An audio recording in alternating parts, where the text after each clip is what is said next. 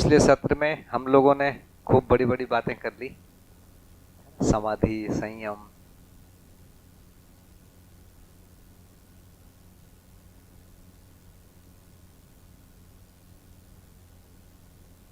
एक तो ये अनुमान के आधार पर ही है, मुझे तो समाधि हुई नहीं है।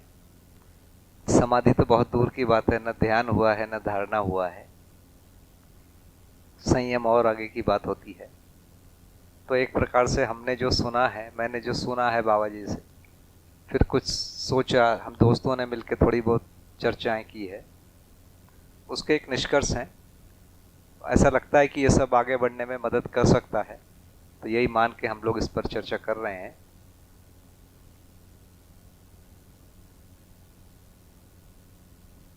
तो कुछ यदि प्रश्न है तो इन पर चर्चा कर लेते हैं, उसके बाद और आगे बढ़ेंगे।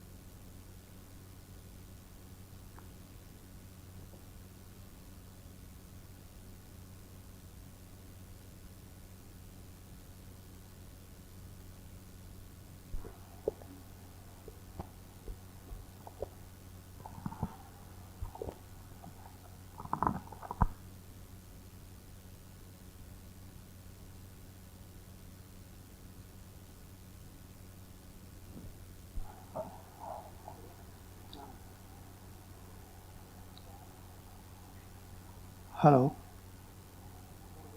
जी। हाँ भैया, तो बिना जीवन के भी शरीर जीवंत रहता है, ऐसा आपने कुछ उसको थोड़ा और ऐसे तो ऐसा भी बोलते हैं ना कि जीवन शरीर को जीवंत रखता है। जीवंत का मतलब शरीर में जो कुछ भी हो रहा है वो जीवन तक पहुंचे, इसका नाम है जीवंतता। जैसे मान लीजिए पैर में दर्द हो रहा है, ये जीवन को पता चले, तब उसको कहेंगे शरीर जीवंत। आंख से कुछ मुझे दिख रहा है, वो जीवन को पता चलता है। आंखें ठीक है, आंखें खराब है, ये सारी चीज शरीर और जीवन के संबंध बने रहे, इसका नाम जीवंतता है। दूसरा, जीवन में कोई इच्छा हो, विचार हो, उसको शरीर के द्वारा व्यक्त कर सके, उसमें जीवन के अनुसार चलने में समर्थ शरीर हो, तो उसको जीवंत कहेंगे। अब हम बार बार कहते हैं, ये बात बार बार आती कि शरीर जीवन शरीर को छोड़ दिया। इस पर हमको थोड़ी सी चर्चा करनी चाहिए। देखिए, शरीर को क्या जीवन पकड़ा हुआ है?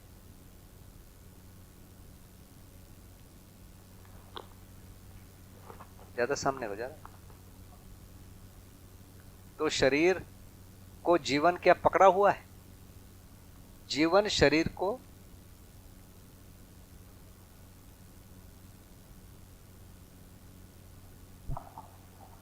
हेलो। हाँ जी, कुछ लोग नए आए हैं। सभी आ गए क्या? कुछ लोग बचे। एक बार जो नए आए हैं उनका परिचय हो जाए। नवीन भाई, आप आ जाइए, आप लोग आ जाइए।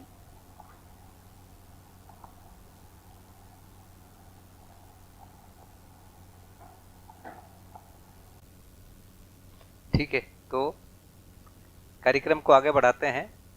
तो बार बार एक प्रश्न आता है कि जीवन ने शरीर को छोड़ दिया, पकड़ लिया।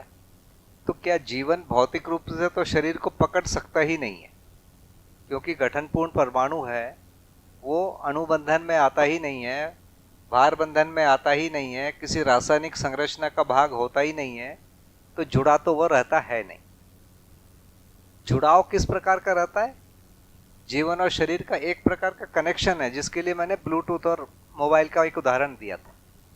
ये डायरेक्टली भौतिक रूप से जुड़े ना होकर कोई कनेक्शन है एक दूसरे का, उस प्रकार का एक है। तो उसमें जीवन का शरीर पर नियंत्रण कितना है?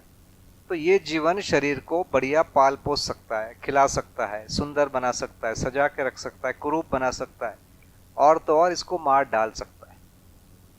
उठा के रेल के पटरी में पटक देता है, किसी बड़ी बिल्डिंग से नीचे छलांग लगवा देता है, खत्म। इतना नियंत्रण जीवन का शरीर पर है। उससे जुड़ा नहीं, लेकिन इतना नियंत्रण है। शरीर का भी प्रभाव जीवन पर पड़ता है।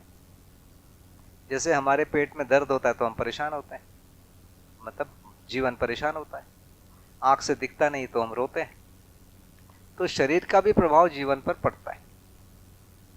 पर शरीर का प्रभाव जीवन पर पड़ता है, पर उससे प्रभावित होना या न होना जीवन पर भी निर्भर करता है। जैसे कोई बहुत सुंदर है, कोई बहुत कुरूप है, उससे उसको फर्क नहीं पड़ता। कोई बहुत मोटा तगड़ा है, उससे वो खुश रहता है।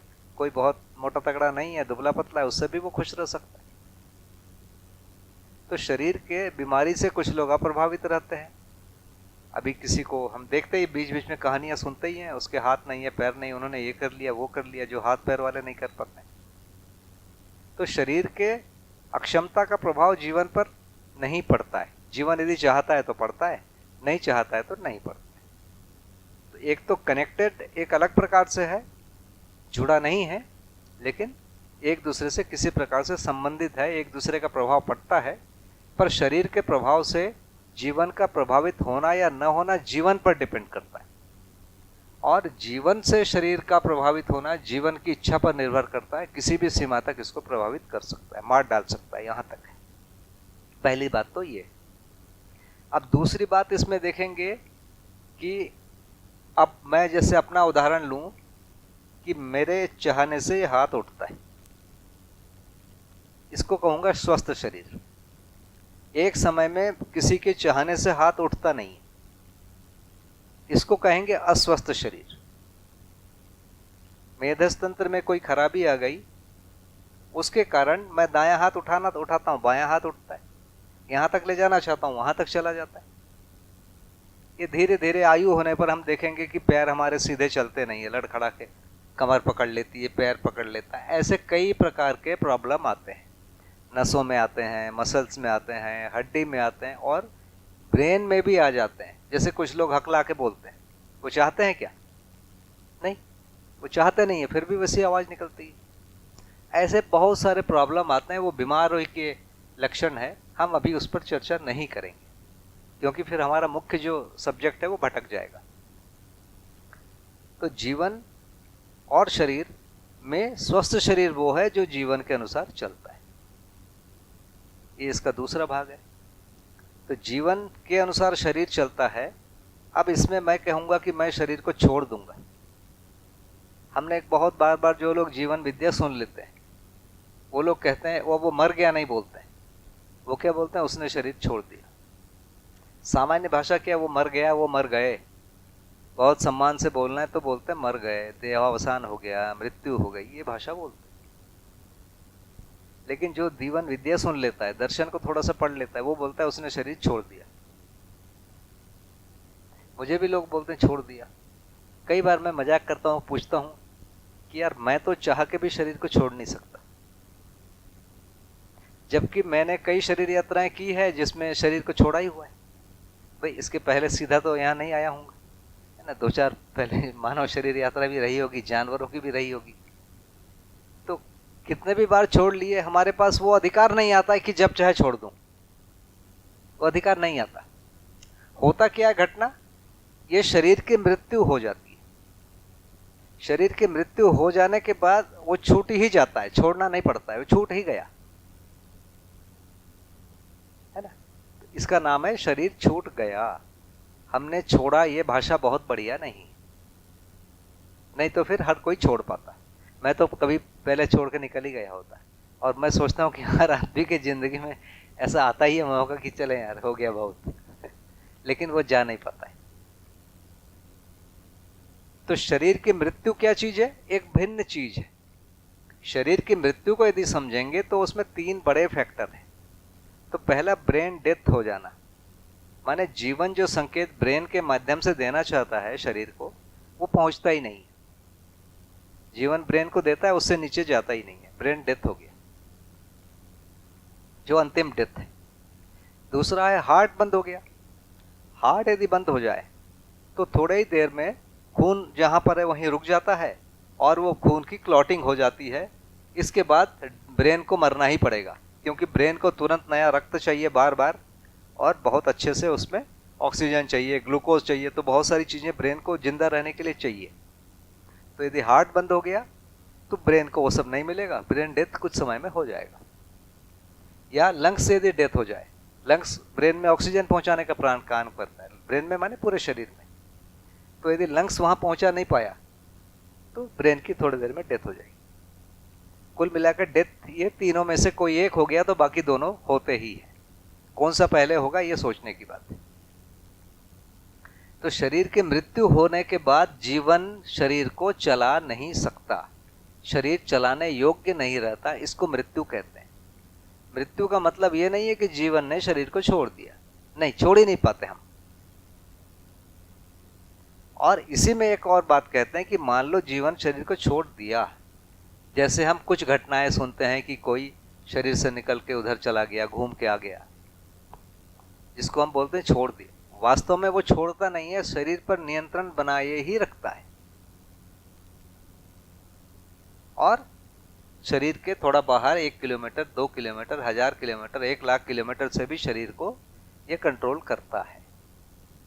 जैसे अभी मैंने सैटर्न का उदाहरण दिया, एक सैटेलाइट सैटर्न में चला गया, एक मार्स में चला गया, वो यहाँ से कंट्रोल्ड है, कनेक्टेड नहीं है। कनेक्टेड उस रूप में है कि रेडियो वेव से कनेक्टेड है, लेकिन या इलेक्ट्रोमैग्नेटिक वेव से कनेक्टेड है, किसी प्रकार फिजिकल विधि से कनेक्टेड नहीं है। और कनेक्टेड नहीं होते बावजूद हम बोलते हैं कि नहीं, ये जो सैटेलाइट है हमारे नियंत्रण में है। और एक समय में वही नासा या वही हमारा जो इसरो है कहता है कि ये हमारे नियंत्रण से बाहर हो गया, माने वो जो कनेक्शन है वो खत्म हो गया। तो वैसे ही कभी जीवन जब शरीर से बाहर यदि निकल भी गया, एक्चुअली रहता बाहर ही है, ज़्यादा 1, 2, 4, 5 मिलीमीटर दूर रहता है, 1, 2 सेंटीमीटर दूर रहता है, ये हो सकता है। लेकिन यदि ज़्यादा दूर भी चले जाए तो भी ये कनेक्शन खत्म नहीं होता, बना रहता है। तीसरी बात इसमें होती है समाधि, जो बात है हम लोगों ने किया, समाधि में वो क्षमता आ जाती है कि जीवन जो ब्रेन से जुड़ा रहता है, जिसको कहते हैं कि मन का जो परावर्तन होता है उसको वो रोक सकता है, तब जो है जीवन और शरीर का कनेक्शन टूट जाता है। और समाधि में जब वापस शरीर अध्यास आता है तो उसको रिकनेक्ट भी कर पाता है। वो योग्यता या क्षमता जो भी बोलिए वो समाधि में ही आता है। तो ये 3 अलग अलग बातें हैं। अब एक बार फिर से प्रश्न को सुनेंगे जी।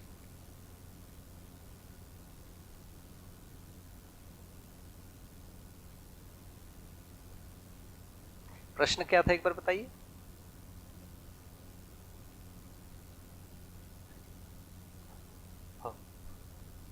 जी भैया, क्या जीवन में ये शक्ति होती है कि वो अपने शरीर को लंबे समय तक चला पाए?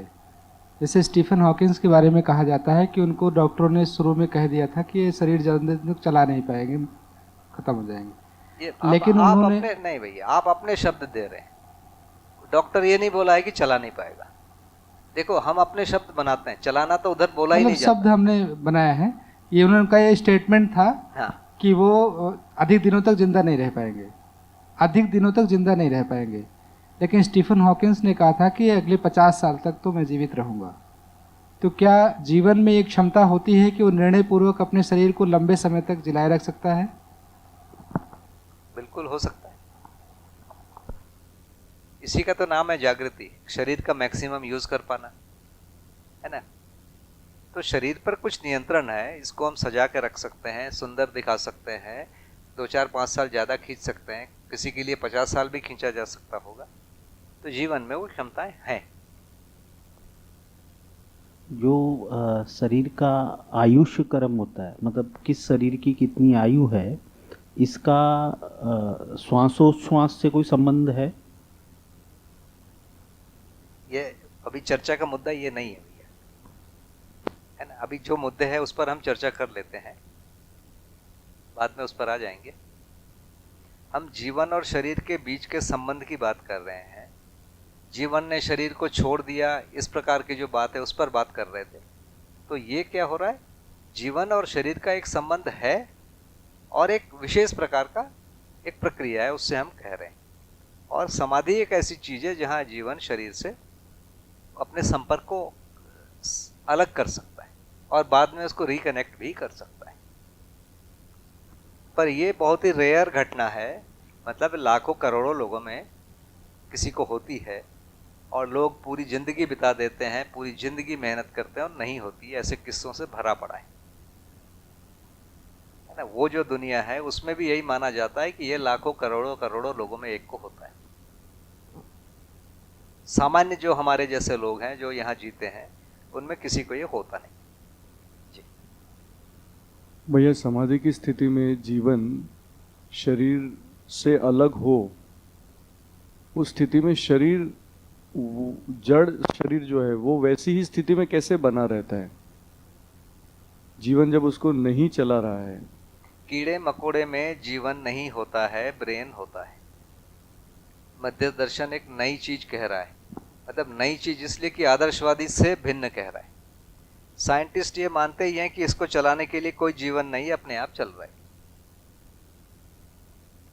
साइंटिस्टों का जो मानना है, इस शरीर को चलाने के लिए कोई जीवन इवन कुछ होता है नहीं, खुद चलते रहता है। इसी के और छोटे जीवन में जाते हैं, छोटे शरीर में जाते हैं, जिसको हम कीड़े मकोड़े कह रहे हैं। कीड़े मकोड़ों को भी वो ऐसा मानते हैं कि ब्रेन है जो उसको चला रहा है, कोई जीवन नहीं। मध्यस्थ दर्शन भी ये कहता है कि छोटे जो शरीर हैं, कीड़े मकोड़े हैं, उसको ब्रेन ही चला रहा है, उसमें जीवन नहीं है। तो एक जगह पर मध्यस्थ दर्शन और साइंटिस्ट एक ही बात कह रहे हैं। ठीक है, तो वहां भी जीवन नहीं है, वो चल रहा है। यहां पर मैं थोड़ी सी बात और कर देना चाह रहा हूं, प्रसंग आ गया है तो।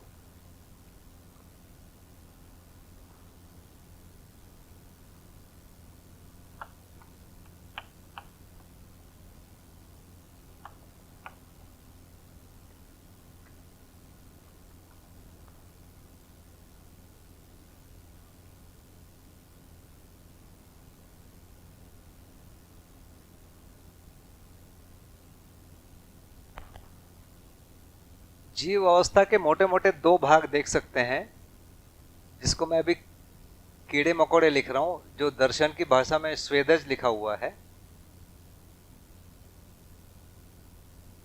दूसरी भाषा है जैसे गाय जैसे बड़े शरीर है ना,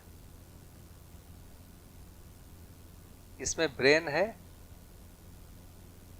स्पेलिंग थोड़ा गलत हो गया तो क्षमा कर दीजिएगा, है ना, मैं अंग्रेज नहीं होगी।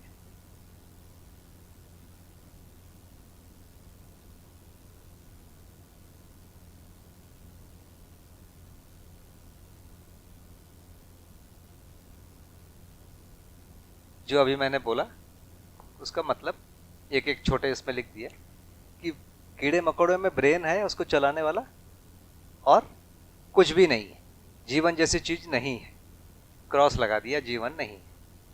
और गाय में, घोड़े में, कुत्ते में, शेर में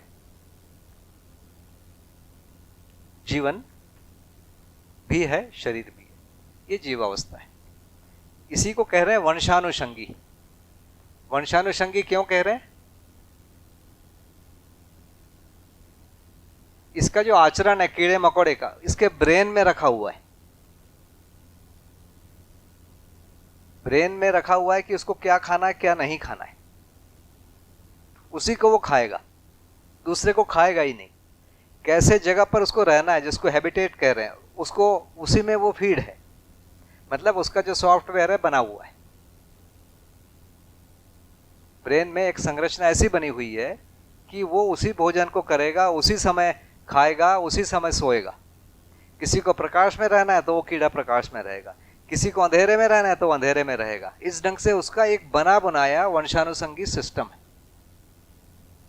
बिना जीवन के भी वो वही चीज को कर रहा है, चार विषय को कर रहा है। चार विषय का मतलब है भोजन कितना करना है उतना करता है। जैसे ही भोजन उसका पूरा हो जाता है तो उसका भोजन करने का जो स्विच है वो ऑफ हो जाता है, वो डिस्कनेक्ट हो जाता है, वो भोजन बंद कर देता है। भूख लगती है उसको, भूख लगने का मतलब शरीर में कोई ग्लूकोज, प्रोटीन, फैट कुछ भी कम हो जाता है। जैसे ही कुछ कम हो जाता है तो वो एक्टिव होता है, उसका सिग्नल ऑन होता है, भोजन को सर्च करता है, उसको लेता है, खाता है। खाने के बाद जैसे उसका पेट भरता है फिर से उसको डिस्कनेक्ट कर देता है। ऐसे ही यदि कोई कीड़ा मकोड़ा शिकार करता है तो अपने शिकार को पहचानता है, उसके लड़ने के लिए जितने प्रकार के कौशल चाहिए उसके उसमें है फीड, कोई जीवन नहीं कर रहा है, और उससे लड़ता है, मारता है, खाता है, फिर छोड़ देता है। वैसे ही प्रजनन के लिए जाना, तो प्रजनन के लिए जब उसके अंदर एक प्रकार की स्थिति, मौसम और इस सब के संयोग में, तो प्रजनन के लिए वो तैयार होता है, अपने पार्टनर को देखता है, मेल है तो फीमेल को, फीमेल है तो मेल को, और उसके पास जाता है, जो मेटिंग की जो प्रक्रिया है उसको करता है, उसके बाद फिर वो वापस आ जाता है। तो ये जो 4 विषय हैं, आहार, निद्रा, भय, मैथुन, माने छुपना, भय का मतलब है छुपना, अपने आप को बचाना, ये चारों जो हैं ये कीड़े मकोड़े में ब्रेन से संचालित है। उसमें जीवन का कोई भी रोल नहीं।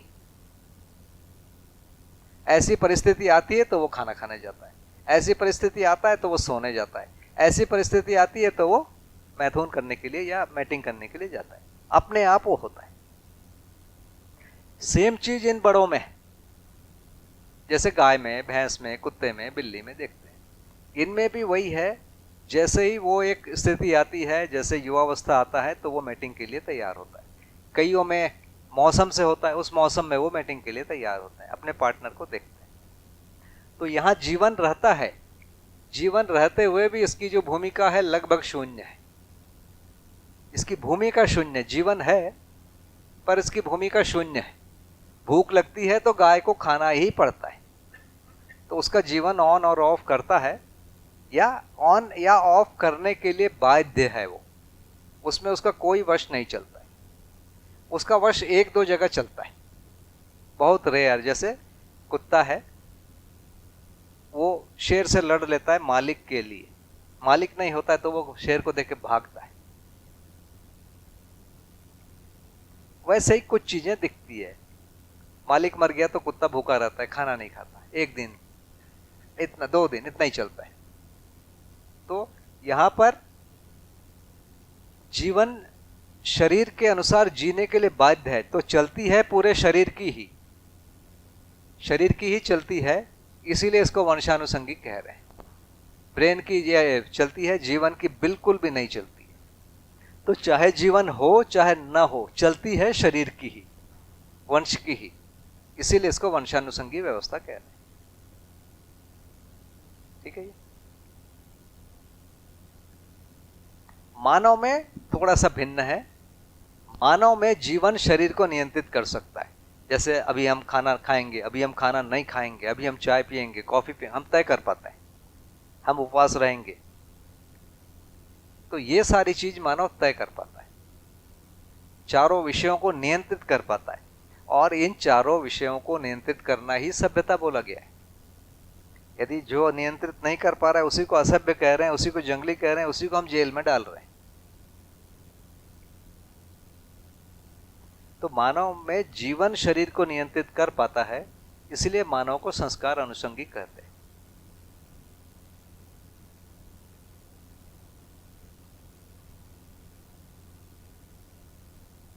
तो भूख प्यास जो भी इस प्रकार के जो बोलेंगे, नींद, इन सब का दबाव शरीर का मेधस तंत्र पर आता है, मेधस तंत्र से जीवन पर प्रभाव पड़ता है।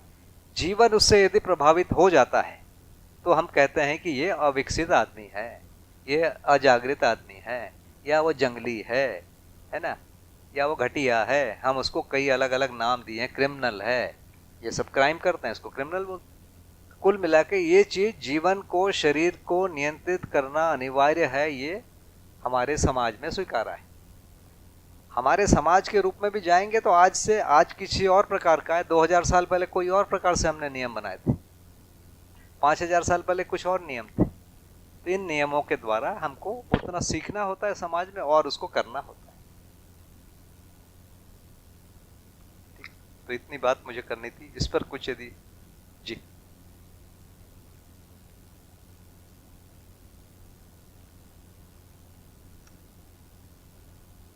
इसी को कंटिन्यू करते हुए, जैसे हम लोग वंशाणु से ही ये पूरा हमारी परंपरा चली आई है, तो ये जो वापिस शरीर और जीवन का जो कनेक्शन है, तो उससे ये भी पता चलता है कि अगर जीवन है भी तो भी कुछ कुछ ब्रेन से ही सारे फंक्शन हो रहे हैं जो रिफ्लेक्स एक्शन वाले हैं, कि जो ऐसा होता है तो ऑटोमेटिकली हो जाए, ऐसा मान सकते हैं?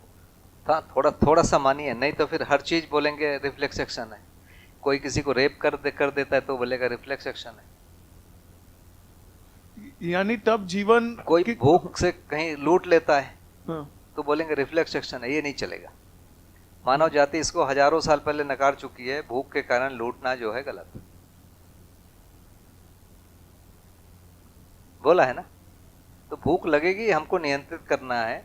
और कल सुबह भूख लगेगी इसलिए आज भोजन जुगाड़ो, परसों भूख लगेगी इसलिए आज भोजन रखो, कुछ दिन का जुगाड़ो, अगले साल भी भोजन लगेगी इसलिए खेती करो।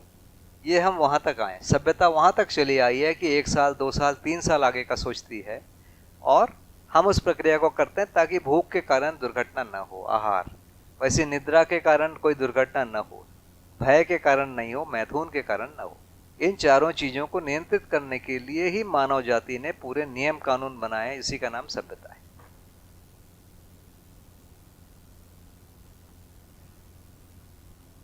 जैसे एक विवाह की बात है, किसी समय में मनुष्य ने सोचा कि विवाह करना है। जानवरों में ऐसा विवाह जैसी कोई चीज नहीं है, बंदरों में भी कोई चीज ऐसा नहीं, लेकिन मनुष्य ने सोचा कि विवाह करना है, साथ में रहना है और उसको आजीवन निभाना है। बड़ी एक बात हुई है, क्योंकि ये पता हो गया कि इस जो संतान होने की प्रक्रिया क्या है और संतान के पालन पोषण की जिम्मेदारी हमारी है। तो विवाह को वहां तक जोड़ा कि संतान की उत्पत्ति और उसका पालन पोषण और उसको बड़ा करके पैरों में खड़ा करना, वहां तक विवाह की जिम्मेदारी माना गया है। और साथ में बुढ़ापे में एक दूसरे का साथ देना, तो इसीलिए आजीवन का संबंध माना गया। तो मानव जाति ने एक बहुत बड़ा एक काम किया, ये माना कि विवाह को निश्चित किया, कानून बनाया, फिर एक नियम बनाया कि अपने परिवार में नहीं करोगे। अभी हम सोचते हैं ना कि जिससे हम विवाह करें हमको उसका विचार पता होना चाहिए, व्यवहार पता होना चाहिए। तो मेरे हिसाब से भाई को बहन का और बहन को भाई का व्यवहार और विचार सबसे अधिक पता रहता है। सबसे अधिक एक दूसरे को जानने वाले कौन रिलेशन है? जो यंग हो, भाई बहन ही है, साथ में रहते हैं, एकदम छोटे से बड़े होते हैं। लेकिन यहां बोला गया कि यहां विवाह करना ही नहीं। मेरे ख्याल से कोई भी सभ्यता नहीं है जो अभी बोल रही है जो सगे भाई बहनों में करो, कोई नहीं बोल रही। माने साथ में रहना, विचार मिलना, ये एक अलग एक बात है। ये अच्छा माना गया है कि अपने परिवार में तो करो ही नहीं, दूसरे परिवार में करो। तो किसी समय में मानव ने सामाजिकता को भी कोई चीज माना और वो आ गया है और उसको हम लोग निभा ही रहे हैं। एकदम लोगों ने वैसे ही स्वीकार कर लिया कि उधर तो करना ही नहीं, भाई बहन का कोई सोचता ही नहीं। तो ये मानव जाति ने सोचा। तो ये 4 विषयों को नियंत्रित करने की एक प्रक्रिया के तहत ये सारी चीजें आई।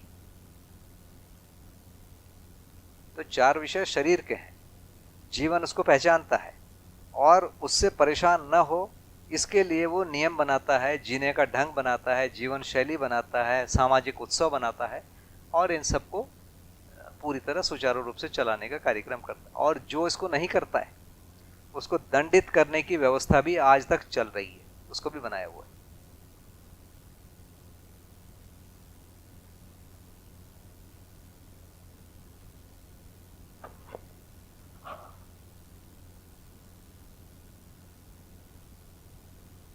ठीक है, मैंने तो बात कह दी। भैया कुछ पूछेंगे? कल्पेश भाई।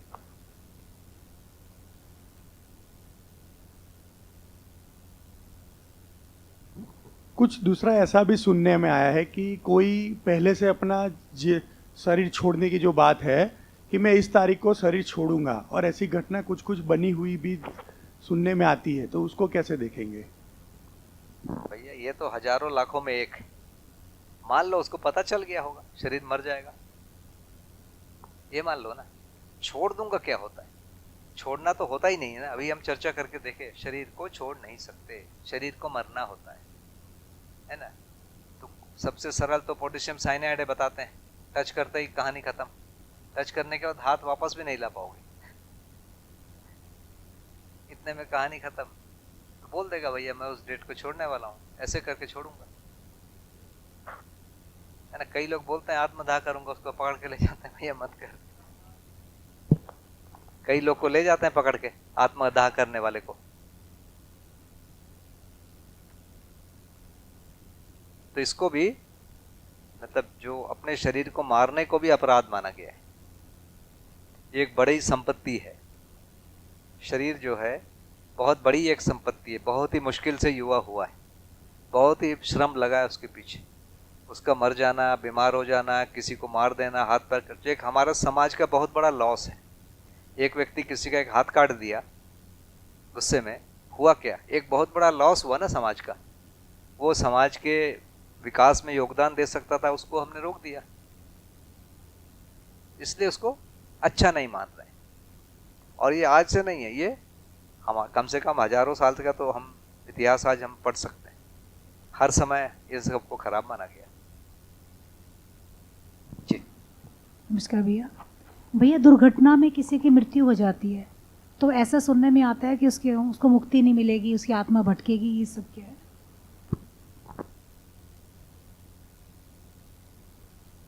देखिए, आत्मा तो भटक ही रही है ना, यदि जागृत नहीं है। और यदि और जागृत नहीं है और वो बिना शरीर के तो भी भटक रहा है। और जागृत है, शरीर जागृत नहीं है और शरीर मिल गया है तो भी शरीर के साथ भटक रहा है। और क्या कर रहा है? भटकना ही तो माना जाएगा ना। भटकना तो जागृति से बंद होता है।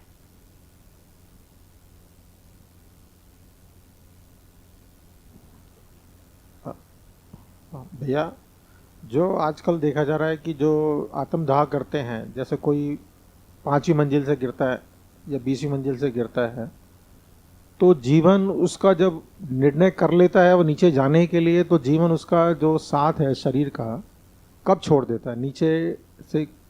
भैया, मेरे हिसाब से जीवन छोड़ता नहीं है, शरीर मर जाता है। पहले घटना होती है शरीर मरना, अच्छा, उसके बाद छोड़ना। देखिए, बार बार मैं वही निवेदन कर रहा हूँ। हम अपनी भाषा जब से शिविर कर लेते हैं एकदम बदल देते हैं कि अब वो मर गया नहीं बोलते, वो शरीर छोड़ दिया। मेरे हिसाब से शरीर कोई छोड़ ही नहीं सकता। वो जैसे ही कूदने का निर्णय लिया, पता चला वो डर के मारे मर गया, माने उसका हार्ट फेल हो गया, हार्ट फेल हो जाता है। कुछ भी हो सकता है ना। कई बार वो इसको बोलते हैं ना, कार्डियक अरेस्ट हो गया। वो बैठे हैं, चाय लाओ बोलते हैं और ऐसे बैठे, ऐसे ही खत्म हो गया। जब तक वो चाय लाया तब तक वो दिखता है खत्म, ऐसे बैठा हुआ। खत्म का मतलब क्या है? हार्ट जो है बंद हो गया। ये तो होता है ना।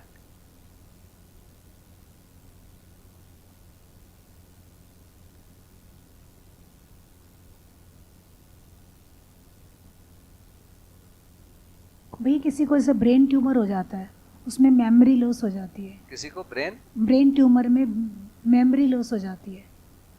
हाँ। कुछ याद रहता है, कुछ भूल जाता है, या कुछ उल्ट, कुछ ऐसा जो कभी सुना भी नहीं होता वो बातें निकलती है, तो वो क्या चीज? एक मैं उदाहरण दे रहा हूं। एक रोगी आया था बाबा जी के पास, उसको ब्रेन ट्यूमर था। उसका उन्होंने वो स्कैन लाए थे। उसको 2 प्रॉब्लम थी। पैर से वो लंगड़ाता था, ये हाथ उठता नहीं था, और जैसे पुराने समय में टेप रिकॉर्डर सुनते थे ना, वो कहीं फंस जाता था, एक ही सेंटेंस को बार बार बोलता था। सुना होगा आप लोगों ने, जो पुराने लोग हैं, उसका वो टेप रिकॉर्डर फंस जाता था, कुछ वाक्यों को रिपीट करता था। वो आया, कुछ दिन चिकित्सा किए, तो सबसे पहले लक्षणों में उसका वो जो फंसने वाला है वो ठीक हो गया, टेप रिकॉर्डर फंसने वाला। उसके बाद उसका पैर वाला भी ठीक हो गया, पैर उठता नहीं था, लंगड़ा के चलता था, वो ठीक हो गया। उसके बाद उन्होंने टेस्ट कराया तो पाया कि ब्रेन ट्यूमर समाप्त हो गया है, लेकिन हाथ अभी नहीं उठ रहे। तो निष्कर्ष क्या निकला? ब्रेन का जो ट्यूमर है, ब्रेन के कुछ ऐसे जगह को दबाया हुआ है, क्षतिग्रस्त कर दिया है, जिसके कारण नीचे के सारे फंक्शन नहीं हो रहे हैं जो ब्रेन के उस भाग से कंट्रोल होते हैं।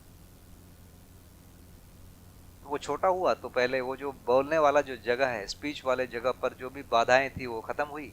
उसके बाद पैर वाले जगह पर खत्म हुई, हाथ वाला भी खत्म हो गया। उस समय हमने ये निष्कर्ष निकाला, बाबा जी ने निकाला, मतलब मैं तो उस समय सुनने वाला ही था, कि ये जो उसके जो मसल्स हैं और नसें हैं वो कमजोर हो गई। अब ब्रेन के कारण वो प्रॉब्लम नहीं, तो उसके मसल्स को मजबूत करने के लिए कुछ प्रक्रिया बोले और उसके बाद हमारे संपर्क में नहीं रहा वो, लेकिन हाथ में भी कुछ उसके फंक्शन आ गए थे, ये हुआ था। तो ये बहुत साफ साफ दिखता है। तो ब्रेन बहुत सारी चीज़ों को कंट्रोल करता है या पूरी पूरी चीज़ों को कंट्रोल करता है। तो जो चीज़ें ब्रेन से होकर जाएगी वो चीज़ों में ट्यूमर होने से क्षति होती, ट्यूमर ठीक होने से वो चीज़ें ठीक हो जाती, तो उसमें मेमोरी जैसी चीज़ें भी हो सकती।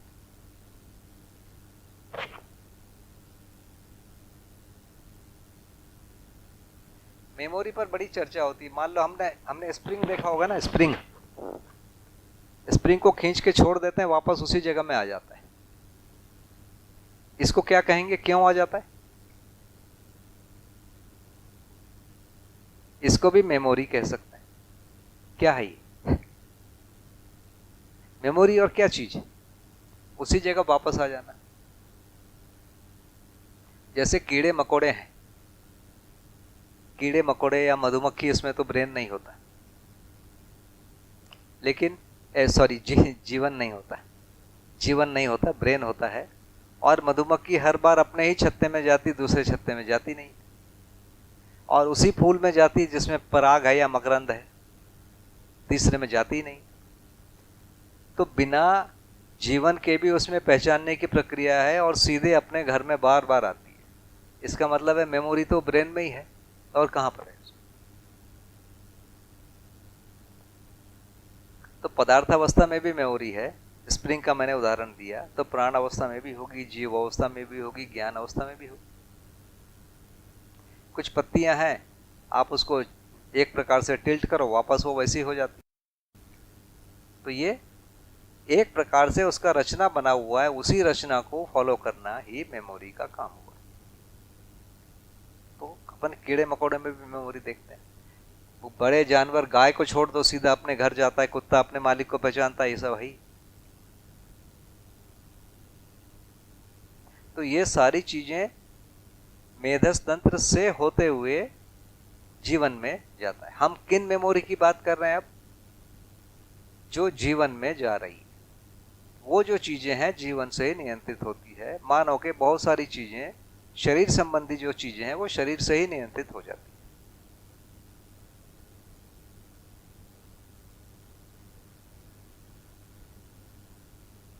भैया, इसे मेमोरी के ऊपर ही बात है कि इसमें मतलब सबकी अपनी अपनी क्षमता होती है। एक बारी सुनते ही सारी चीज़ को दोबारा से बोल सकता है, और एक 4 बारी सुन के भी उसको याद नहीं रहता, उसको हम क्या? वही ना, मुझे गाने याद नहीं रहते, लेकिन मैथमेटिक्स के या दर्शन के कोई चीज बोलते हैं तो याद रहते हैं। किसी को गाना याद रहता है, ये सब याद नहीं रहता। ये कैसे होता है? ये रुचि से है। तो सबसे बड़ी चीज है उसमें इंटरेस्ट। यदि स्वस्थ शरीर हैं दोनों तो, यदि अस्वस्थ हैं तो फिर एक अलग कहानी।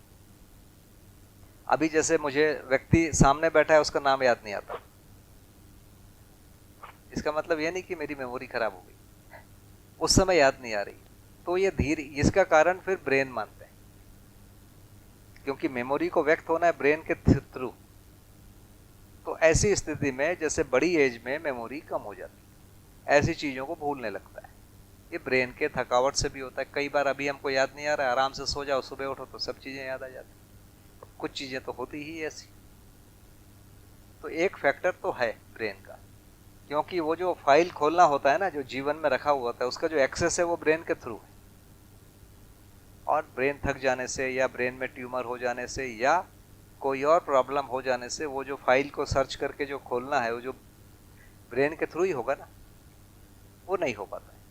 इसके कारण हमारी मेमोरी बाधित हो गई, ऐसा लगता है। भैया, इस प्रकार तो ये समझ आ रहा है कि भाई मेमोरी जो है वो 2 जगह पर हैं, एक जीवन में है, एक ब्रेन में है। तो जो बिना जीवन वाले शरीर हैं उनके पास भी मेमोरी रहती है, ये समझ में ही आता है। और तो जीवन में भी मेमोरी है, जिस तरह अभी संयम की और वो बात चली, तो मेमोरी के आधार पर ही संयम हुआ है। तो और जो जीवन वाली मेमोरी है, तो उसके चलाने में भी ब्रेन का हाथ है। तो ये जो जैसे राकेश गुप्ता जी ने भी रखा था, तो ये इसको अध्यास कह रहे हैं। ये जो मेमोरी है कीड़े मकोड़ों में है जो बिना जीवन वाली है। इसको थोड़ा एक बार बताएंगे आप, अध्यास को कैसे जोड़ रहे हैं? अध्यास शब्द में जाएंगे तो एक दूसरे प्रकार की चीज आएगी। अध्यास को तीनों जगह में बाबा जी ने बोला हुआ है।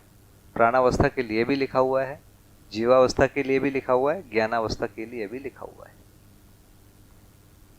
तो यदि हम ज्ञानावस्था के लिए बात करें तो यदि हम कोई काम कर लिए हैं तो फिर वो बहुत आराम से हो जाता है। तो ये अध्यास, जैसे समाधि के बाद जो बात करते हैं वो शरीर अध्यास आना कह रहे हैं। मतलब जैसे ही शरीर का ध्यान आया तो शरीर से होने वाली सारी चीजें बिल्कुल होने लग गई। ऐसा नहीं कि खाना खाना सीखना पड़ रहा है, ऐसा नहीं कि चलना सीखना पड़ रहा है, वो सिखाई हुआ है। एक बार सीख गए तो वो सिखाई हुआ है, तो ये भूल नहीं रहे। जैसे बोलते हैं साइकिल चलाना नहीं सीखता है, तैरना है नहीं भूलता है, तैरना नहीं भूलता है, ये उसी प्रकार की चीजें हैं। एक बार यदि हम उसको नियंत्रित कर लेते हैं तो वो नियंत्रण में करने की क्षमता बनी रहती है। तो शरीर को नियंत्रित करने की एक प्रकार की चीज है। दूसरा, कुछ चीजें हैं जो सीधा सीधा जीवन के फंक्शन के बारे में बात है, वो तो जीवन के ही मेमोरी से होगा, जिसको आशा, विचार, इच्छा, चित्रण, चिंतन, इन सब के संयोग में उसको बोलेंगे।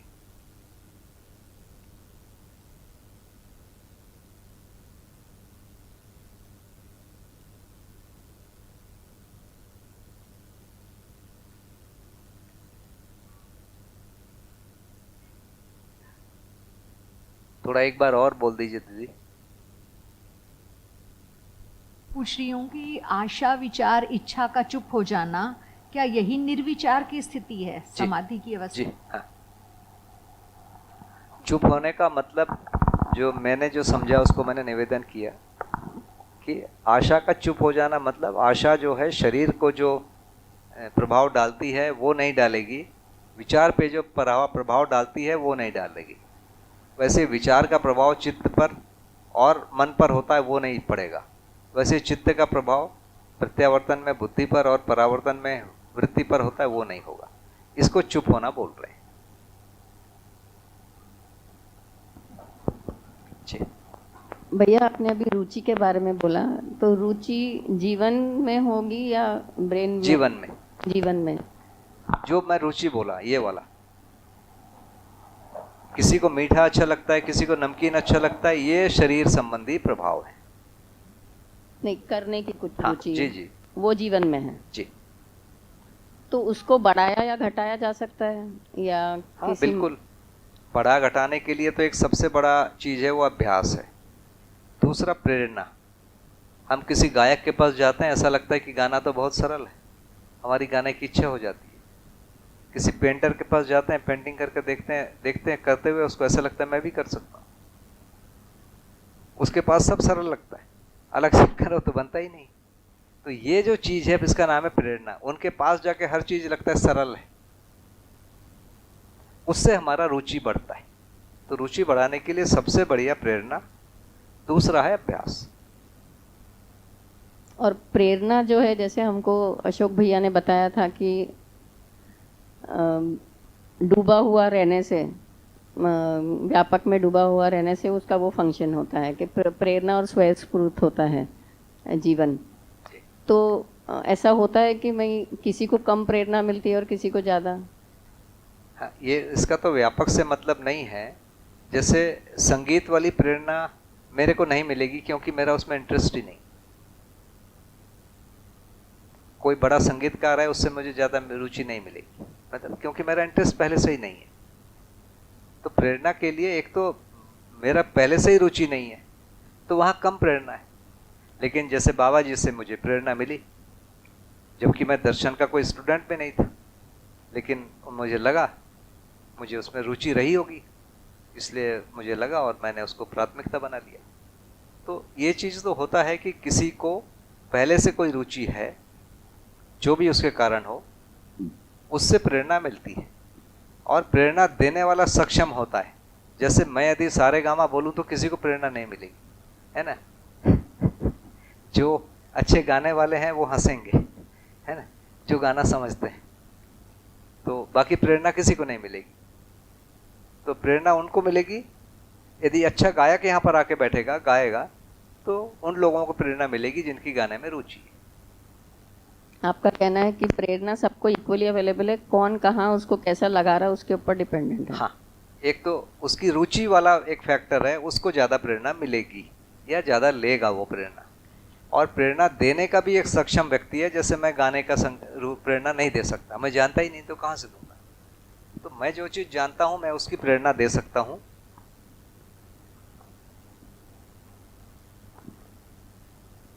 कई लोग होते हैं जो मेमोरी क्लास लेते हैं, तो मेमोरी क्लास में वो कुछ चमत्कार दिखाते हैं। शुरू में क्या बोलते हैं, तुम्हारा नाम क्या, तुम्हारा नाम क्या, तुम्हारा नाम क्या, ऐसे सबसे नाम पूछ लेते हैं।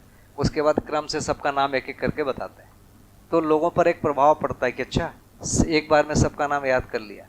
तो एक चमत्कार दिखाया, मोबाइल नंबर सबके लिख देता है और लाइन से बता देता है। तो वो जो चमत्कार दिखाया, इसको मैं चमत्कार कह रहा हूँ, ये है प्रेरणा वास्तव में, क्योंकि उसको याद है तो हमको भी हो सकता है। यह एक सामान्य तर्क। वो आदमी मेमोरी क्लास लेगा जो खुद ही भूल जा रहा है।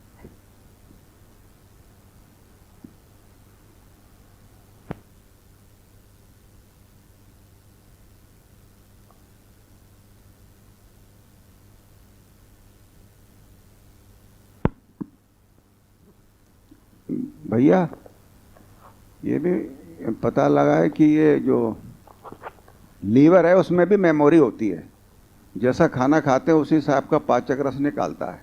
लाखों सालों से व्यक्ति खाना खा रहे हैं, जिस प्रकार का भी खाना खा रहा है वो मेमोरी लीवर में प्रिजर्व हैं और उसी प्रकार का पाचक रस निकालते हैं।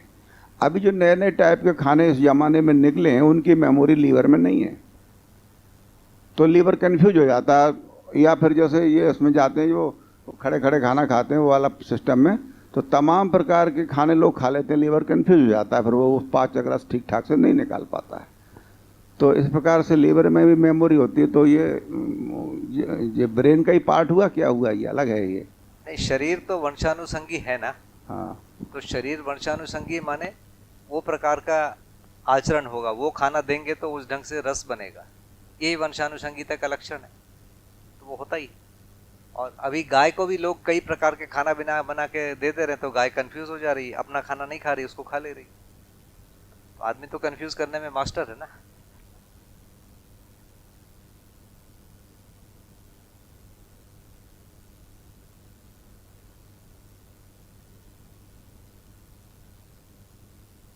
प्रकार के भैया दवाइयों के बारे में भी ये बताया गया है कि अगर मानव को 100 mg की दवाई दी और लीवर ये समझ रहा है कि ये ठीक नहीं है तो वो उसको बाईपास कर देगा। तो डॉक्टर लोग इस बात को समझते हैं कि लीवर की कैपेसिटी अगर 200 mg को डाइवर्ट करने की तो उसको 400 mg की देंगे, तो फिर वो कन्फ्यूज हो जाएगा और वो काम कर जाएगी। उसके बाद खुद ही बैठ जाएगा, ये भी डॉक्टर को पता होता है। हाँ। उसमें लिखते हैं कि पैरासीटामोल का जो डोज है इतना, यदि पर केजी से अधिक दिए तो लीवर बैठ जाएगा, लिखा रहता है उसी गोली। तो थोड़े समय तक कंफ्यूज करते हैं, उससे ज्यादा होने से मैड हो जाता है वो, कंफ्यूज नहीं, परमानेंट मैड।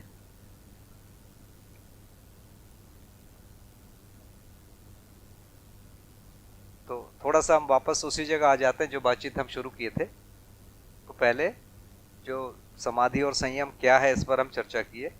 इसके बाद फिर हमारी जागृति के लिए हमको क्या करना है, वो एक पार्ट बचा हुआ है, उस पर हम जाएंगे। जी भैया, कीड़े मकोड़े में जीवन नहीं है, ये किस आधार पे हम कह सकते हैं? मतलब इसका कोई तर्क है या आधार क्या है इस बात का? ब्रेन में उसमें उसकी विधि है उसको चलाने की, ये समझ में आता है, पर जीवन नहीं है, इस बात का आधार क्या है?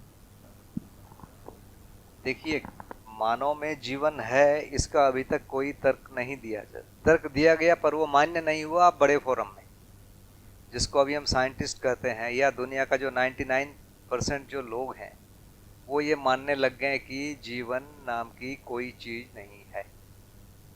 और यही आज से 200 साल पहले 99% लोग मानते थे कि है। तो तर्क देना एक चीज है। देखिए, मानव संस्कार अनुषंगी है, तो संस्कार अनुषंगी में दो चीज आता है, दो भाग है। एक भाग है मैं समझ के जीऊंगा,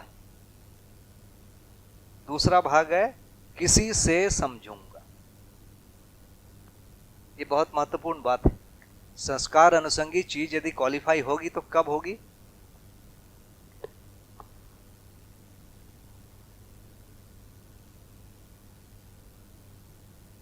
समझ होना, दूसरा समझ।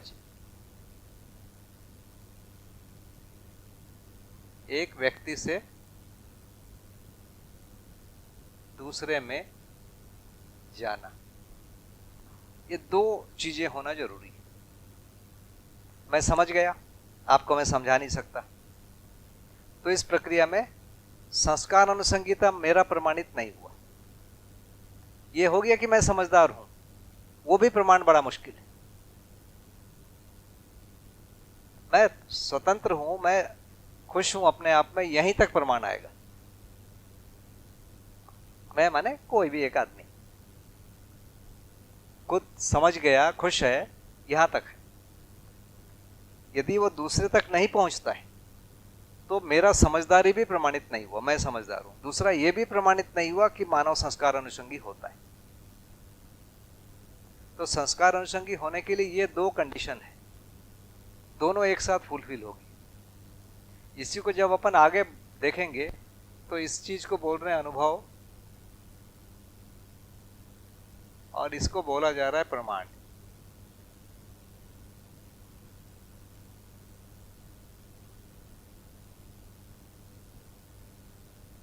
मुझे अनुभव हो गया तो मेरा एक आचरण होगा। आचरण का एक भाग है कि मैं समय पे उठूंगा, समय पे खाऊंगा, उल्टी सीधी नहीं खाऊंगा, उल्टे सीधे हरकत नहीं करूंगा। एक भाग वो प्रमाणित है। दूसरा भाग है प्रश्नों के जो उत्तर हैं, जिज्ञासाओं का जो उत्तर है। एक व्यक्ति को यदि वहां तक पहुंचना चाहता है, उसके लिए मैं समाधान कर पाता हूं, तो ये दूसरा भाग है, वो प्रमाण कहलाएगा। तो ये दो भाग होंगे तो संस्कार अनुसंगिता प्रमाणित होगी मानव। ये पूरी प्रक्रिया, तो ये पूरी शिक्षा है। तो एक प्रमाण होगा और एक सीखने वाला है, उन दोनों के बीच में ये प्रक्रिया चलेगी, तब मानव का संस्कार अनुसंगिता प्रमाणित होगा। जैसे वंशानुसंगिता के लिए दो कंडीशन थी ना,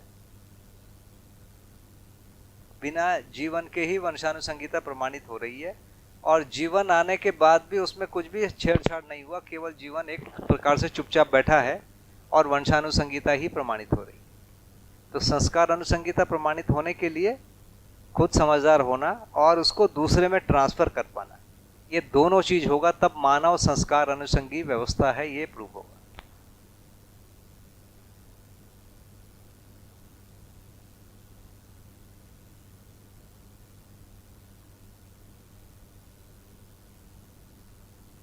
ठीक।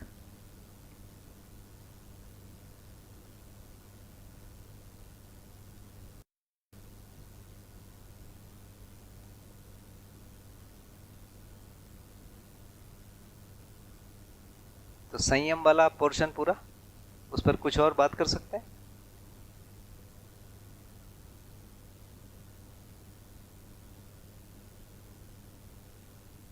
जैसे बार बार प्रश्न आता है ना, बाबा जी ने प्रकृति से सीधा अध्ययन किया, तो सीधा अध्ययन का मतलब क्या है? एक प्रकार का चित्त में एक प्रकार का चित्रण हुआ। चित्त में चित्रण होगा माने वृत्ति में विचार हो ही रहा है। इन दोनों चित्त वृत्ति में विचार चित्रण के अनुसार हो रहा है। चित्रण जो है बुद्धि के बोध के अनुसार हो रहा है, या चित्रण का समर्थन बुद्धि के द्वारा किया जा रहा है, और बुद्धि का जो समर्थन है आत्मा के द्वारा किया जा रहा है। ये पूरी प्रक्रिया जीवन में ही हो रही है। हमारे भी जीवन में यही होगा। जो मेरे जीवन में जो चित्रण हो रहा है, उस चित्रण को मेरा ही बुद्धि स्वीकार करता है। तो इसका नाम होता है अध्ययन। इसी को अध्ययन बोध कह रहे हैं। चित्रण को ही हम स्वीकार कर पाए। तो ये जो प्रक्रिया होती है, ये बाबा जी में भी वैसे ही हुआ। इसी को बाबा जी अध्ययन बोल रहे हैं। इसी अध्ययन से बाबा जी को अध्ययन बोध हुआ, अनुभव हुआ। और एक चीज मैं बार बार ध्यान दिलाना चाहता हूं कि देखिए, बाबा जी चाहे संयोग बोलिए या गुरु जी की आशीर्वाद बोलिए, कृपा बोलिए, बाबा जी परिवार व्यवस्था में ही जिए। वहां गए, अपनी पत्नी के साथ रहे, बच्चे रहे साथ में, उन्होंने कृषि किया और उन्होंने बहुत सारे व्यवसाय के लिए लगातार कुछ काम किए, मांग के नहीं खाए। माने एक भी दिन बाबाजी मांग के नहीं खाए, उत्पादन किया। बाबाजी एक समय में मधुमक्खी का पालन करते थे। गाय तो शुरू से ही थी उनके पास, गाय थी, खेती था और ये सब करते थे। और अम्बा दीदी कहती थी कि जो जंगल में ले जाते थे बच्चों को और जंगल के जो फल हैं उसको एक टाइम खाते थे। उस समय जंगल में बहुत सारी चीज़ें होती थी, तो जंगल के फल खाते थे, जंगल की सब्जी खाते थे। वहाँ के लोग भी बोलते थे कि जंगल से हमको सब्जियाँ बहुत आराम से मिल जाती थी, तो वो जंगल में होता। तो बाबाजी का यदि जीवन देखेंगे तो वो उत्पादन करते थे। बाबाजी के घर में साधुओं का एक बड़ा झुंड हमेशा बैठा रहता था, माने लोग सामाजिकता जिसको बोलेंगे। साधना के समय भी साधु आते जाते रहते थे। बाबाजी के बच्चे बाबाजी के दूसरे शिष्यों के घर में रह के पढ़े। बाबाजी के घर में भी दूसरे लोग आके, हमारे जैसे लोग रह के पढ़े। तो वो जो सामाजिकता है उसको बाबाजी पहले भी निभाते रहे। तो यदि आप परिवार व्यवस्था में जीने की बात करेंगे ना, तो जैसे पर धन, पर नारी, पर पुरुष, पर पीड़ा, ये बाबाजी के पास तो था ही नहीं। स्वधन भी था, स्वनारी भी था और दयापूर्ण कार्य भी था। बहुत लोगों को उन्होंने लगातार मदद किया। कोई भी वहाँ बीमार पड़ता था तो बाबाजी लगातार खड़े रहे और अमरकंटक के वासिंदे से कभी भी उन्होंने एक पैसा नहीं दिया।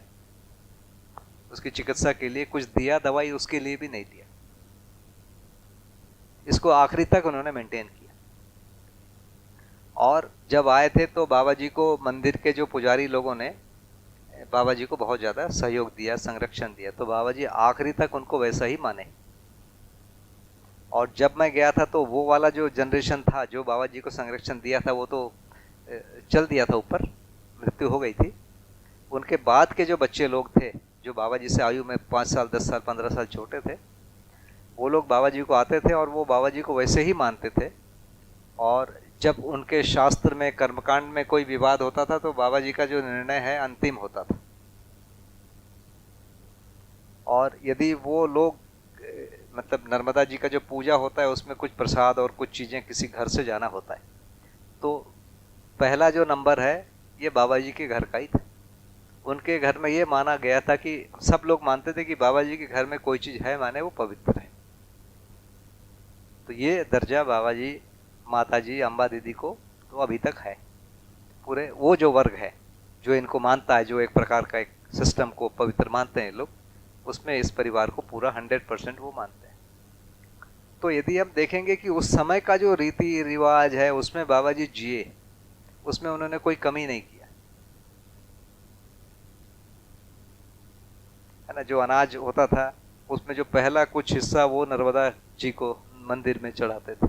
जो भी एक उस समय की मान्यता है उसको 100% निभाया और उत्पादन किया। मतलब वो जो पर पीड़ा वाला जो भाग है वो ना हो, उसके लिए छोटी छोटी चीज़ें हैं ना।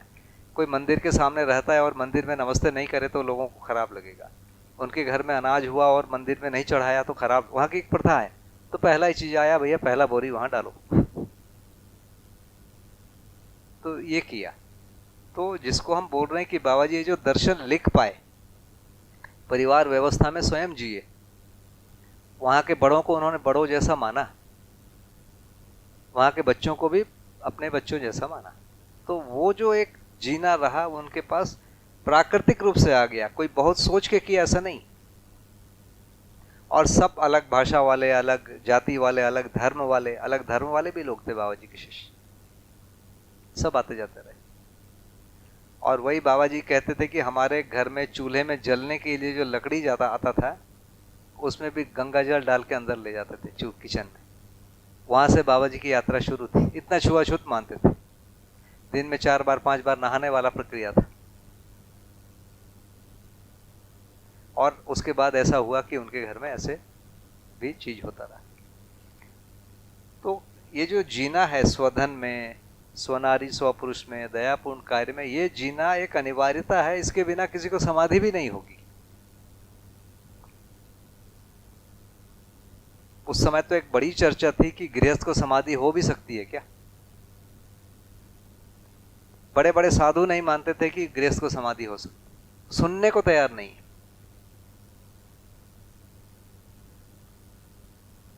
गृहस्थ को अनुभव नहीं हो सकता, गृहस्थ को ज्ञान नहीं हो सकता, ये मानते थे। तो ये जो जीना है, इस जीने के कारण ही उनको समाधि हुई, और समाधि हुई और संयम भी हुआ। मतलब संयम होके जो उनको मिला, उस समय उनका आचरण वैसे ही था।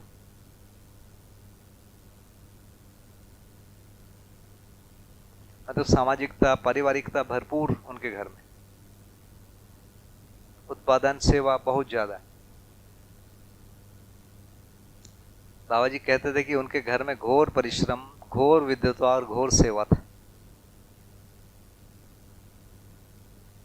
और उनको घोर परिश्रम और घोर सेवा तो पसंद आया। बोले घोर विद्वता हमको नहीं जमा, हमको उस पर शंका हो गई, और घोर विद्वता को मतलब सुधारने के लिए उन्होंने बहुत भयंकर साधना किया। वापस उसी जगह पहुंचे, घोर परिश्रम, घोर विद्वता और घोर सेवा, तीनों को वापस पा लिया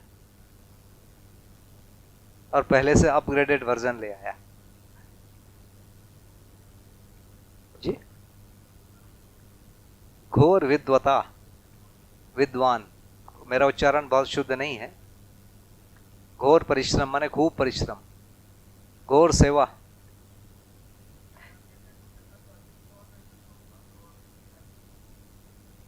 क्या बोले जी?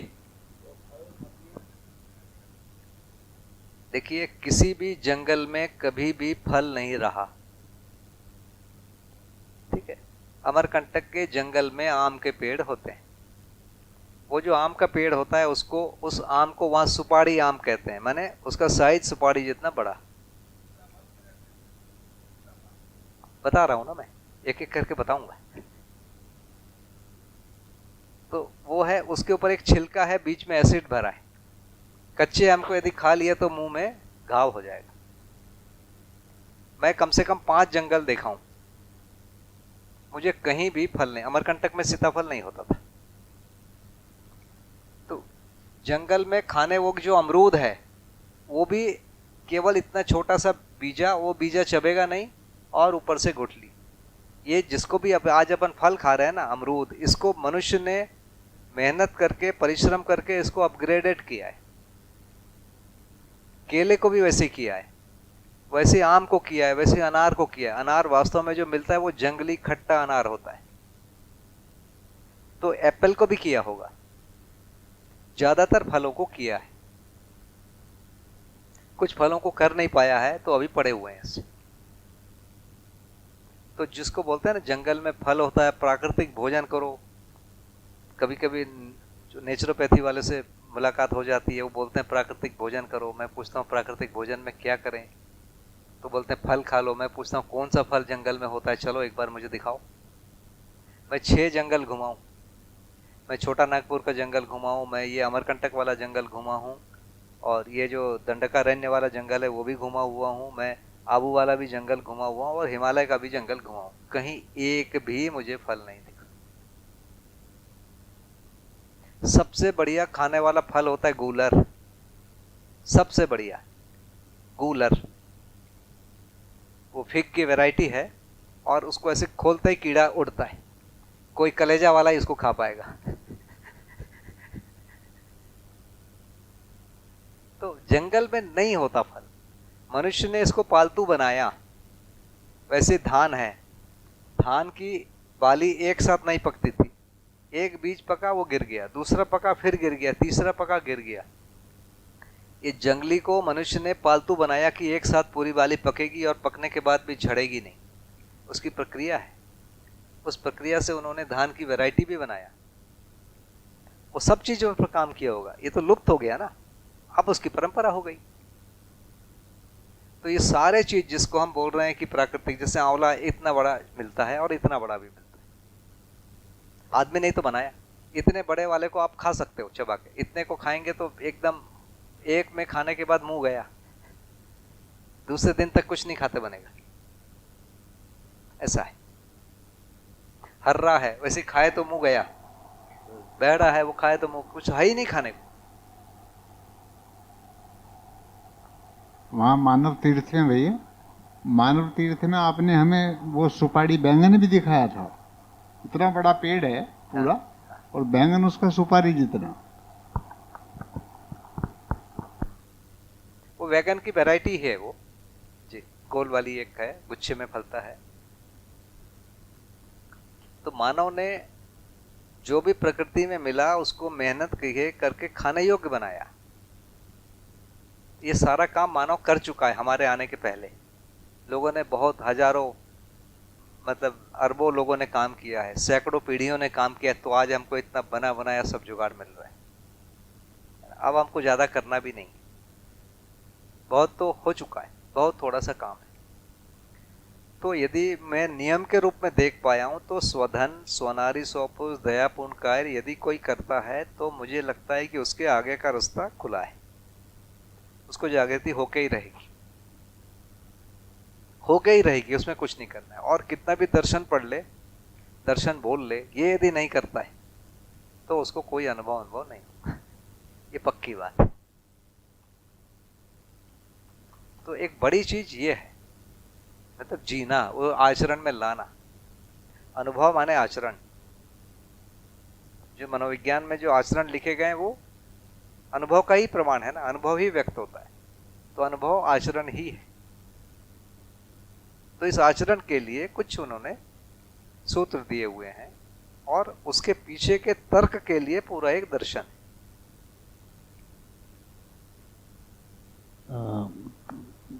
एक मानव व्यवहार दर्शन में रहस्य मुक्ति नाम का चैप्टर है जी।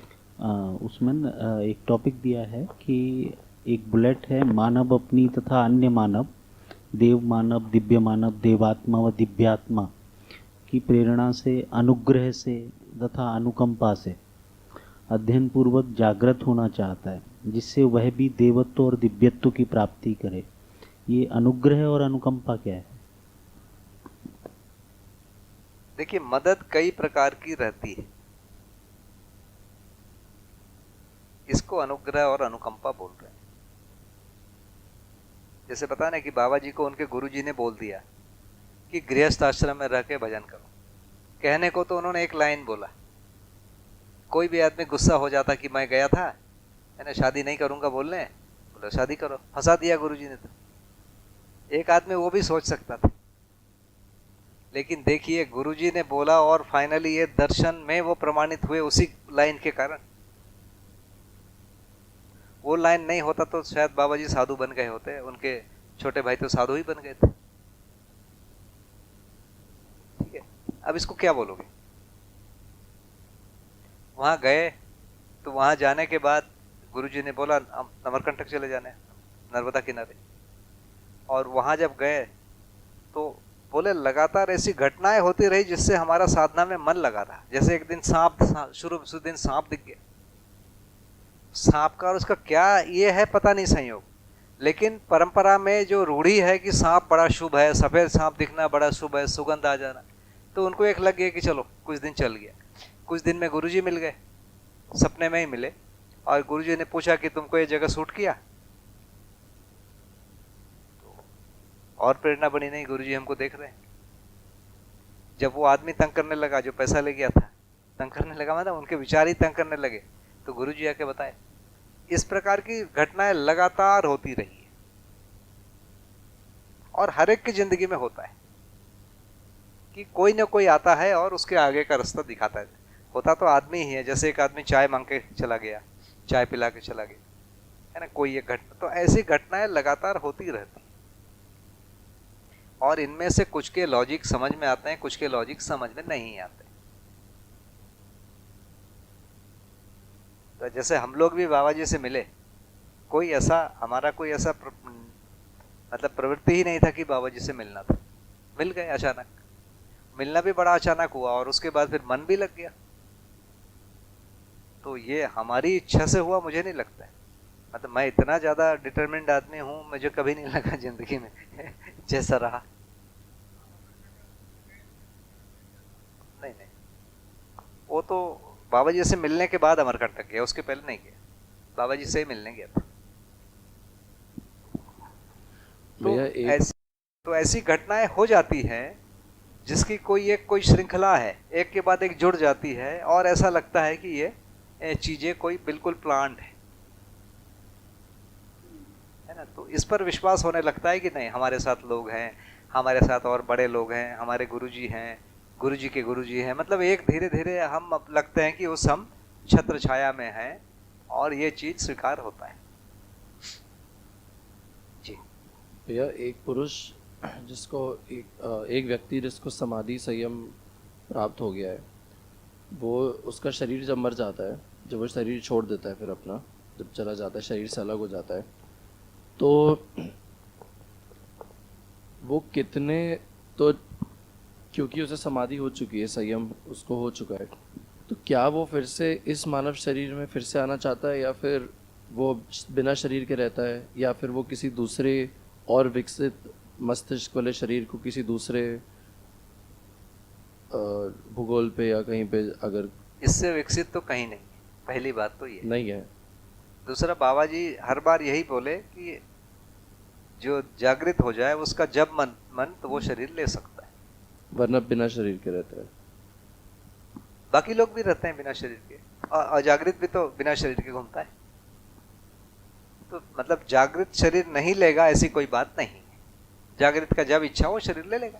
और जो जागृत नहीं है वो फिर अपनी चेतना के हिसाब से जब उसको शरीर उपलब्ध होता है वो तब लेता है। हाँ। और नहीं होता है तो फिर वो नहीं रहेगा, पड़ा रहता है। मतलब जैसे अभी यहाँ पर कुर्सी है, यदि प्रधानमंत्री आएंगे तो पहले उनको पहली कुर्सी उनको मिलेगी, उसके बाद हम लोग को मिलेगी। यही है ना, कहीं का भी एक कल्चर है ना, तो उधर का भी जीवन के भी एक कुछ संस्कृति है, तो जागृत जीवन को पहले अवसर है हर चीज का।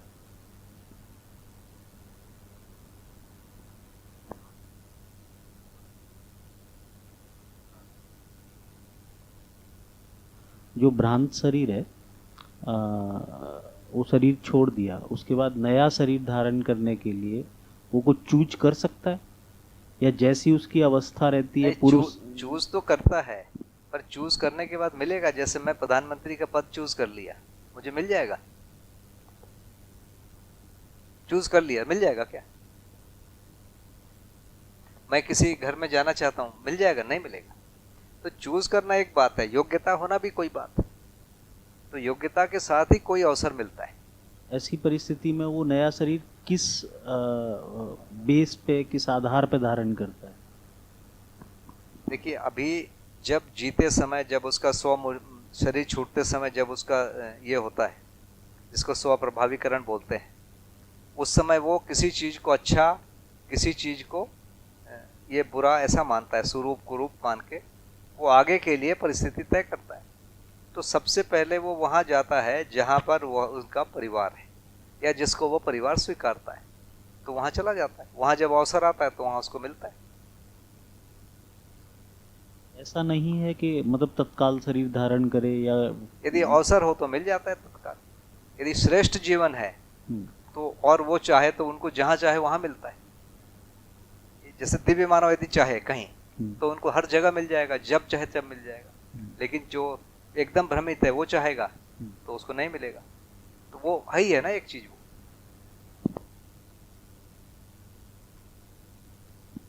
भैया, मुझे ये जिज्ञासा है कि बाबा के जो प्रश्न थे वो अलग थे, कि जैसे ब्रह्म सत्य, जगत मिथ्या, शास्त्र प्रमाण है या धारक वाहक प्रमाण है, शब्द प्रमाण है या प्रणेता प्रमाण है, और उन्होंने संयम किया तो कुछ अलग ही निकला, पूरा मध्यस्थ दर्शन निकला। तो ये उन्होंने उसके बारे में बताया क्या तालमेल है? क्योंकि क्वेश्चन अलग थे, प्रश्न अलग थे, और आंसर तो कुछ अलग ही निकले। नहीं, आंसर तो वही निकले। जैसे शास्त्र प्रमाण है कि प्रणेता प्रमाण, तो बोले प्रणेता ही प्रमाण है। व्यक्ति प्रमाण बोले ही है, अनुभव प्रमाण है।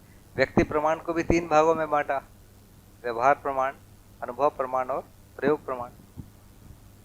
तो उन्होंने कभी कल्पना तो किया नहीं था कि ऐसा मध्यस्थ सन जैसा कुछ होगा, या जो परमाणु गठनशील परमाणु, गठनपूर्ण परमाणु, तो उनको कुछ नया चीज निकला। तो वैसी क्वेरी तो उनकी रही नहीं। नहीं, उसका उत्तर था क्या ना कि ब्रह्म जो है से जगत पैदा हुआ है कि नहीं हुआ है। तो उनको उत्तर मिला कि नहीं हुआ है।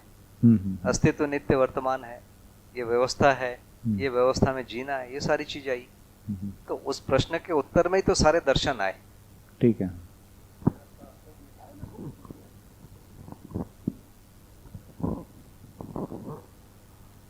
भैया, राकेश भैया के सेशन में ऐसा कहा गया था कि अनुभव संपन्न होने के पश्चात आचरण पूर्णता को प्रमाणित करने के लिए बाबा जी ने प्रयत्न किए, परिवार में उसे प्रमाणित। तो वो जो पूरा दौर है वो 5 साल जितना समय लगा उसमें, ऐसा उन्होंने कुछ कहा। तो उन्होंने कैसे क्या किया, मतलब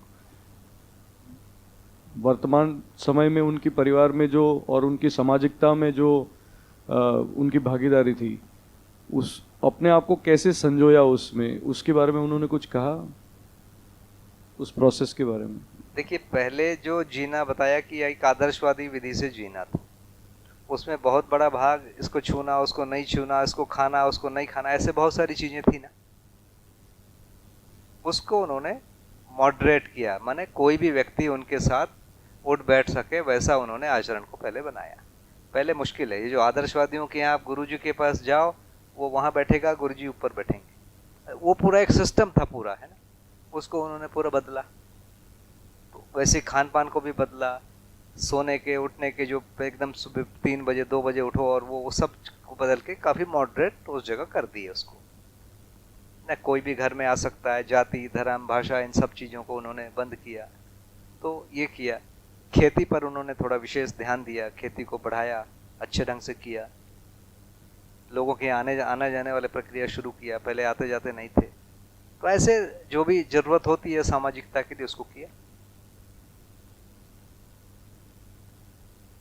भैया, ये जो जीवन परमाणु है, जब ये संक्रमण होकर गठन परमाणु होता है तो एक ही तरह की स्थिति होती है सभी की।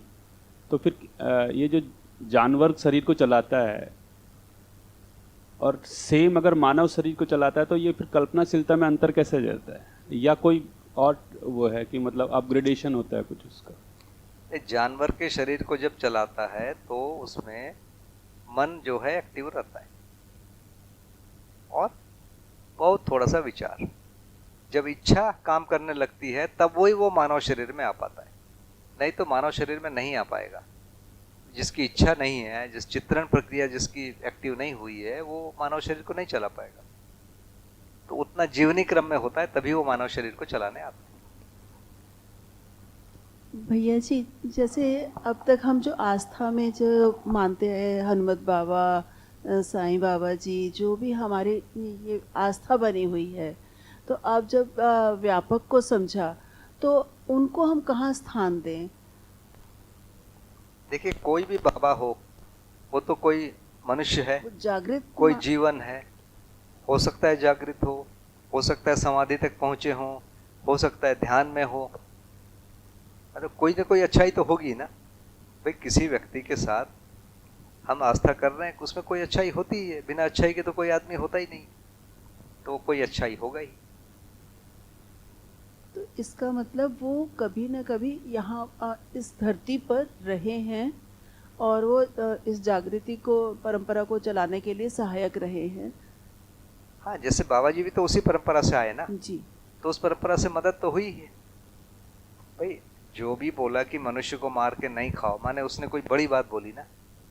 लूट के नहीं खाओ, बड़ी बात बोली। कोई यदि वैसा प्रैक्टिस करके मांग के खा रहा है, लूट नहीं रहा है, कम से कम प्रेरणा तो दे ही रहा है कि लूटो मत भाई, ऐसे करके भी जिंदा रह सकते हो। तो इन लोगों ने जो संयमित होकर जीने के लिए रास्ता तो दिखाया। तो ये एक चीज है, इतना तो प्रमाण उनसे हो ही रहा है ना। और लोगों का, कुछ लोगों का भला ये करते ही है। देखिए, 1-2 बदमाश यदि निकल भी जाएं, इसका मतलब थोड़ी कि पूरी परंपरा खराब है। अच्छे लोग तो हैं ही है ना भाई परंपरा में।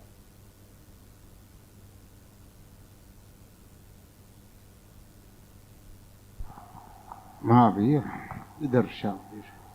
अभी आपने भी ध्यान आकर्षित कराया था कि बाबा जी को तो संयम काल में अध्ययन किया और मूल्यों का ही उनको बोध, साक्षात्कार बोध हुआ। पहले अनुभव से पहले बोध होता है, ये सूचना है। अभी हम लोगों के पास जो सूचनाएं आई और संबंधों की पहचान है, वहाँ मूल्यों की सारी एक मान लीजिए सूचनाएं आ गई, तो हमें तो जीने के क्रम में साक्षात्कार बोध की बात है। तो एक बार उसे थोड़ा सा दोबारा स्पष्ट करें कि वहाँ मूल्यों का कैसे उनको मान लीजिए उसको कैसे रिलेट कर रहे हैं। हमें तो अनुक्रम से सूचनाएं आ गई कि अनुक्रम से सभी संबंध बने ही हुए हैं, तो वो स्वीकृति, निश्चित स्वीकृति जो होती है बाबा को उस समय वो कैसे होती है और हम लोगों में वो क्यों उतनी दृढ़ता नहीं होती? नहीं, बाबा जी में कुछ चीजें बहुत दृढ़ है। जैसे गुरुजी ने बोला बनारस चले जाओ, है ना, 1 साल साधना करो, हमको बोलेंगे हम जाएंगे, मैं तो नहीं जाने को तैयार। ठीक है, तो कुछ चीजें हैं कि अच्छा उन्हीं का क्यों माने। देखिए सबसे बड़ी बात है कि वो अपने गुरुजी का ही क्यों मान रहे हैं, किसी का भी क्यों नहीं मान रहे। तो उन्होंने पहचान लिया कि ये बहुत ऊंचे व्यक्ति हैं और उनका उन्होंने एक एक चीज मान लिया, हम एक को भी नहीं पहचान पा रहे। तो एक तो उनमें बड़ी क्षमता थी ही ना कि उन्होंने श्रेष्ठ को पहचाना, जो वाकई में श्रेष्ठ थे उसी को श्रेष्ठ पहचाना। दूसरा उनका वो अक्षरशः आज्ञा पालन कर पाए, हम नहीं कर पाते। तो ये जो दृढ़ता है वो श्रेष्ठ है, माना है, उस मानने में दृढ़ता उनकी थी। हम बाबा जी को श्रेष्ठ मानते हैं, हम नहीं मान पाते बहुत सारी चीजें, उनकी बातों को, कुछ कमियां तो हैं ही हमें। ये दूसरी उनमें क्वालिटी थी और यही सब क्वालिटी तो उनको साधना में ले गया। ऐसा थोड़ी कि साधना में सब अनुकूलता है। भाई भोजन ही नहीं मिला, 3.5 साल पत्ते खा के रहे, कंदमूल खा के रहे, छोटी बात थोड़ी, 1-2 दिन थोड़ी। और मुझे लगता है कि हम लोगों को जितनी तकलीफ आती है बाबा जी को उससे कम से कम 10 गुना ज्यादा तकलीफ आई, कम से कम 10 गुना। वो चर्चा करने की बात नहीं होती है, लेकिन उनको ज्यादा तकलीफें हुई है, उसको उन्होंने झेला है और उसमें शांत रहे, उसको पचा लिया। तो ये तो हुआ ही। हमको उससे कम, उनसे हमको कम तकलीफें मिल रही है, बहुत ज्यादा अनुकूलता मिल रही है। जी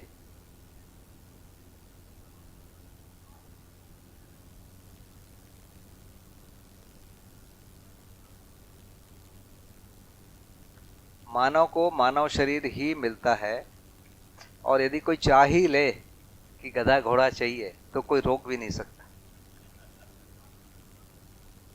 जी अगर मानव को मानव का शरीर ही मिलना है तो फिर वो जीव में क्यों जाएगा? मिलना नहीं है, वो तो चाहने से होता है। मिलना माने क्या है? तो चाहता तो कोई भी मानव नहीं है भैया। मानव तो चाहेगा ही नहीं। ऐसे तो पशु भी चाहेगा कि मेरे को भी जीवन मिल जाए मानव का। तो बढ़िया, इसीलिए तो मानव बन रहे हैं। नहीं, पर यदि कोई चाह ही ले कि हमको घोड़ा बनना है, हमको शेर बनना है, तो रास्ते तो खुले ही है ना भैया। वो रास्ता भी है तो फिर पशु वाला भी रास्ता भी होगा ना। मैं वही तो कह रहा हूँ। नहीं, पशु चाहेगा ऐसा क्यों नहीं उसमें चाहेगा? इच्छा ही तो नहीं जागृत होती। वही जीवनी क्रम में उनमें इच्छा नहीं बन पाती है, इच्छा मानव में बन पाती है। उनमें आशा मुख्य रहता है, थोड़ा सा विचार होता है। अगर मानव अगर पशु में चला जाएगा तो उसकी भी तो चेतना उसके साथ ही चलेगी। तो फिर वो पशु जो है वो फिर तो उसका जो जीवन होगा फिर वो कैसे चेंज हो जाएगा उसके अंदर? नहीं, वो तो शरीर के अनुसार काम करने को बाध्य है। वहाँ न वो टीवी देख पाएगा, न वो म्यूजिक सुन पाएगा, बन ही नहीं पाएगा ना वो तो। न वो खीर खा पाएगा, न वो पढ़ाई कर पाएगा, तो उसको बहुत ही ज्यादा बेकार लगेगा। जैसे हमारे जैसे लोगों का भी बोलो तुम खाओ और मस्त रहो, पड़े रहो, हम नहीं रह सकते। पर गाय को यदि आप बांध दो, खाओ और पड़े रहो, वो खुश रहेगी। गाय को, बैल को, भैंस को खुश रहती है। तो आज भी मानव ऐसे हैं सर जो खाते हैं, पीते हैं और सो जाते हैं सड़कों के ऊपर? नहीं नहीं नहीं, उनको घूमने को चाहिए।